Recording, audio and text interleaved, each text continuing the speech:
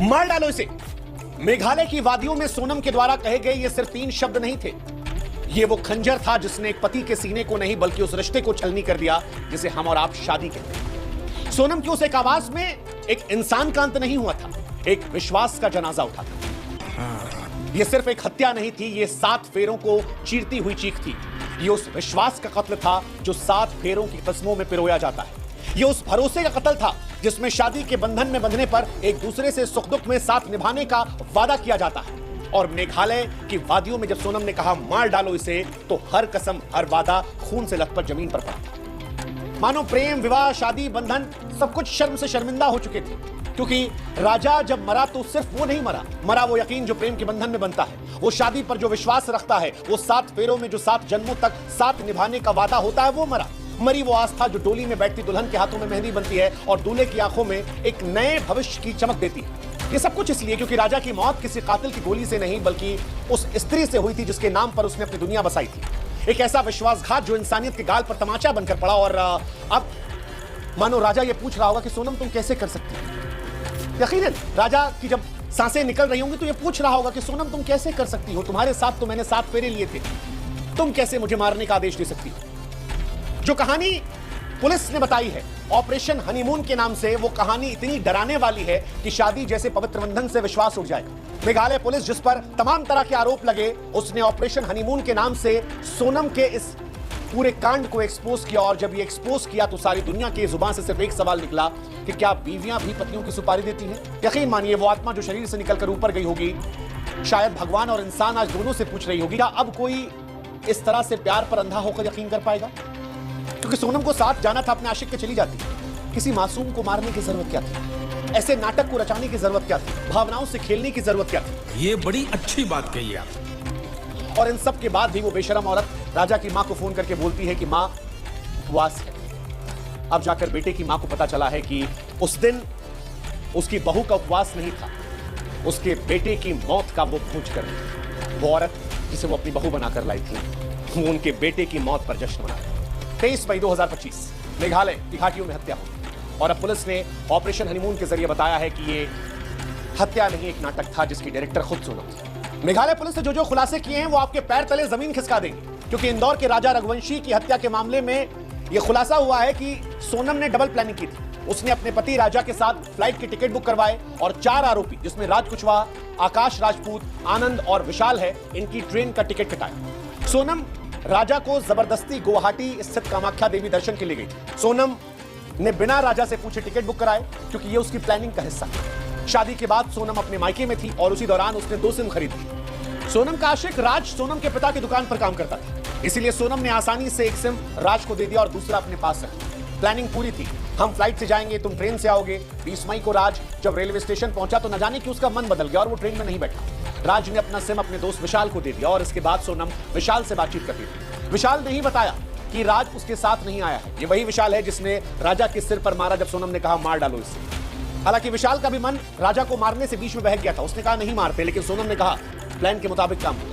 Meghalaya police ये कहती है कि शिलांग में राजा रघुवंशी की हत्या उसकी पत्नी सोनम रघुवंशी ने करवाई थी। सोनम ने अपने प्रेमी से कहा था कि चलो ठीक है, पापा के कहने पर मैं शादी कर ले रही हूं, लेकिन अपने पति को मैं रास्ते से हटा दूं। कई सारे स्क्रीनशॉट्स वायरल हुए हैं जहां पर सोनम अपने आशिक से कह रही है कि वो मेरे करीब आने की कोशिश कर रहा है, मुझे उलझन हो रही है। सवाल फिर वही उठता है कि अगर उसे साथ नहीं रहना था तो उसे मारने की जरूरत क्या थी? और ये सारे आरोपी जो है ये सब सोनम के इशारों पर काम कर रहे थे। जिस होटल में सोनम और राजा रुके थे वहीं कुछ दूरी पर ये भी कमरा लेकर रुके और तीनों हथियार लेकर घूम रहे। इंतजार कर रहे थे कब सोनम कहेगी और कब ये मार देंगे। और इनका प्लान था कि एक ऐसे इलाके में हत्या करेंगे जहां जंगल हो और सीसीटीवी कैमरा ना हो, ताकि दिखाया जाए कि लूटपाट हुई। ये आरोपी बताते हैं पुलिस को कि जब पहाड़ी पर चढ़ते थक गए थे तब इनका मन किया कि अब ये हत्या का प्लान हटा देते हैं, लेकिन सोनम ने कहा मैं और पैसे दूंगी, मेरे पति को मार दो। और इसी के बाद इस हत्याकांड को अंजाम दिया। हत्याकांड से पहले सोनम ने सास को कॉल किया और अपनी सास को कॉल करने के बाद इसके कातिलों को संकेत दे दिया। हैरानी है कि एक पत्नी अपने पति की हत्या की साजिश इस तरह से प्लान कर सकती है। हैरानी इस बात की भी है कि हत्या करने के बाद 25 किलोमीटर सोनम इन्हीं कातिलों के साथ घूमती रही। एक अनजान जगह पर गई, इन आरोपियों को नकद में पैसे दिए और कहा कि बचे हुए पैसे मैं तुमको बाद में दे दूंगी, मुझसे संपर्क मत करना। उन बाकी 3 लोगों से संपर्क काट दिया और अपने प्रेमी राज से दूसरे सिम के जरिए लगातार संवाद कर रही। सोनम इसके बाद गुवाहाटी से यूपी पहुंच गई। मानो उसे लगा कि अपने अपराध को बादलों में छुपा लेगी, लेकिन खून की गंध हवा को भारी कर देती है। मेघालय पुलिस ने गाजीपुर के ढाबे से उसे पकड़ लिया और जब उसके आशिक के सामने उसे पूछताछ में बिठाया गया तो उसने कबूल किया कि हां उसने मरवाया है। मेघालय पुलिस पर बड़े आरोप लगे थे कि आपके राज्य में लोग सुरक्षित नहीं हैं, लेकिन 29 लाख की आबादी वाले इस छोटे से राज्य में 11,000 पुलिसकर्मियों ने हर सीसीटीवी फुटेज खंगाला, हर मोबाइल टावर खंगाला और उसके बाद इस राज्य से खुलासा कर दिया कि कातिल कोई और नहीं बल्कि उसकी पत्नी थी। पर सवाल यह है कि इसमें राजा रघुवंशी का दोष क्या था? राजा ने तो सोनम से शादी की थी, सपने देखे थे, हनीमून की रंगीन वादियों में एक साथ जीने मरने की कस्में खाने के लिए वो गया था, लेकिन सोनम का दिल किसी और शख्स के पास था जो लकड़ी के कारखाने में एक मजदूर था। उसने उस मजदूर के लिए जिसके साथ 7 फेरे लिए 7 जन्मों का वादा किया उसको मार डाला। और इसीलिए आज सारी दुनिया यह सवाल पूछ रही है कि क्या ये वही रिश्ते हैं जिन्हें 7 जन्मों तक निभाने का वादा शादी में किया जाता है? क्या ये वही प्रेम है जिसे हम मांग का सिंदूर कहकर संवाद करते हैं? ये कहानी किसी प्यार में टूटी लड़के की नहीं है। ये कहानी उस समाज की है जहां एक तरफ बेटियों को देवी मानकर पूजने की परंपरा है और वहीं दूसरी तरफ बेटियां किसी की जिंदगी को अपनी नाखुशी का मलबा बना देती है। सोनम ने अपने पति को इसलिए नहीं मारा कि राजा बुरा इंसान था। सोनम ने इसलिए नहीं मारा क्योंकि राजा शराबी था या मारपीट करता था या दहेज मांग रहा था। उसने बस इसलिए मारा क्योंकि जिस इंसान से वो प्रेम करती थी वो राजा नहीं था, वो राज था। और सवाल इसीलिए है कि क्या यही क्राइटेरिया होगा किसी को मौत की घाट उतारने का कि अगर मोहब्बत किसी और से की जाए और शादी किसी और से हो जाए तो क्या उसकी हत्या करवा दी जाए? क्या यही वो नई आजादी की परिभाषा है जिसमें ना चाहने का मतलब उसको मार डालना हो गया है? सोनम का अपराध सिर्फ एक हत्या नहीं है, वो उस हर लड़की का भरोसा तोड़ती है जो वाकई में एक अच्छे रिश्ते को निभाना चाहती है। उसने हर उस स्त्री के संघर्ष को मारा है जो वाकई में सम्मान की लड़ाई लड़ रही है। और सोनम कोई अकेली नहीं है। बीते दिनों कई ऐसी घटनाएं आई। आप मानव शर्मा का किस्सा याद कर लीजिए, सौरभ का किस्सा याद कर लीजिए, अतुल सुभाष का किस्सा याद कर लीजिए। हर नाम एक चीख है जो कहता है कि प्यार अब जाल बन गया है। समझ रहे हो? हालांकि सवाल यह भी उठता है कि क्या इन घटनाओं के लिए हम हर औरत को दोष दे दें? क्या हर पुरुष राजा है? तो जवाब है नहीं। इस मौके पर हमें आक्रोश है, लेकिन हमें यह भी समझना होगा कि यह कहानी ना पति की है ना पत्नी की है। यह कहानी उस सोच की है जो जहरीली हो चुकी है। जब सोनम ने कहा मार डालो इसे, तो उसने सिर्फ राजा को नहीं मारा, उसने उस भरोसे को मारा, उस प्यार को मारा, उस शादी के 7 फेरों को मारा जिसे हम और आप पवित्र मानते हैं। सवाल यह है कि समाज अब सारी औरतों पर उंगलियां उठा रहा है, हर पत्नी पर, हर औरत पर। लोग सोनम को डायन कह रहे हैं। सोनम के मामले में ये कहानी सच है, लेकिन क्या हर औरत ऐसी है? क्योंकि इसी धरती पर हमने सृजना जैसी औरतें भी देखी हैं जिन्होंने अपने पति का साथ आखिरी दम तक निभाया और पति को हंसते हंसते नम आंखों से विदाई दी, और ऐसी विदाई दी जिसे देखकर हम सबकी आंखों से आंसू निकल आए। मौजूदा दौर में ऐसा लगता है कि हम शादी को जिंदगी और मौत का खेल बना चुके हैं। माँ बाप बच्चों की जिंदगी में ठेकेदार बन बैठे हैं। सोनम के घरवाले भी इस पूरे घटनाक्रम में दोषी, क्योंकि सोनम के घरवाले इस बात को जानते थे कि उनकी बिटिया का दिल कहीं और है, लेकिन इसके बावजूद उन्होंने इसलिए राजा के गले में बांध दिया क्योंकि मजदूर से शादी करवाना शायद समाज में उनकी शर्मिंदगी का वजह बनता। लेकिन इस शर्मिंदगी ने एक बेगुनाह की जान ले ली, किसी के लाल को छीन लिया। और क्या इसके लिए इनके परिवार वाले दोषी नहीं है? ये सवाल अपने आप में बड़ा महत्वपूर्ण है। ये सवाल बड़ा महत्वपूर्ण है। इस वक्त देश में कई लोग ऐसे हैं जो ये भी सवाल उठा रहे हैं कि क्या चाहती है औरत? औरत को आखिर क्या चाहिए? वैसे ये सवाल नहीं, एक तमाचा है, क्योंकि औरतें भी वही चाहती जो पुरुष चाहते, प्यार, सम्मान, आजादी। लेकिन सोनम ने आजादी को शायद हत्या समझ लिया था। उसने राजा को नहीं, अपने विवेक को मार दिया था। और समाज ये बात भूल रहा है कि ऐसे मामले शायद 0.0001% नहीं आते। हर औरत पर हमें शक करना सही नहीं है, क्योंकि हमारी माँ, हमारी बहन, हमारी बेटियां भी उसी महिला बिरादरी की। अगर वो पवित्र है तो हम सबको एक निगाहों से नहीं देख सकते। लेकिन हाँ, ऐसी घटनाओं में हमें सोचने समझने की अब जरूरत है, क्योंकि ये कहानी सिर्फ सोनम और राजा की नहीं है। ये हर उस इंसान की कहानी है जो प्यार के नाम पर धोखा देता है। ये हर उस परिवार की कहानी है जो बच्चों की खुशी से ज्यादा अपनी इज्जत को तवज्जो देता है। ये उस समाज की कहानी है जो शादी को जिंदगी और मौत का खेल बना देती है। राजा ने सोनम पर भरोसा किया, लेकिन सोनम ने उसे चाकू से चीर दिया। ये सब क्या देखना पड़ रहा है? अच्छा है मैं अंधा। लेकिन क्या हर औरत डायन है? क्या हर औरत से प्यार करने से पहले जासूसी होगी? क्या हर औरत जो आपके घर में, उस पर सवाल खड़े होंगे? ये सवाल शायद अतिशयोक्ति है, क्योंकि सोनम जैसी औरतें जहां विश्वासघात करती हैं, रिश्तों को कलंकित करती हैं, तो वहीं इस दुनिया में सृजना जैसी महिलाएं भी हैं जिन्होंने अपने पति का साथ आखिरी दम तक निभाया। रावण और राम दोनों इस धरती पर बसे हैं। जहां पूतना है वहीं राधा है। कुछ मामले राजा, मानव शर्मा, सौरभ, अतुल सुभाष को आधार बनाकर शायद हम पूरे जेंडर को सवाल नहीं खड़ा कर सकते।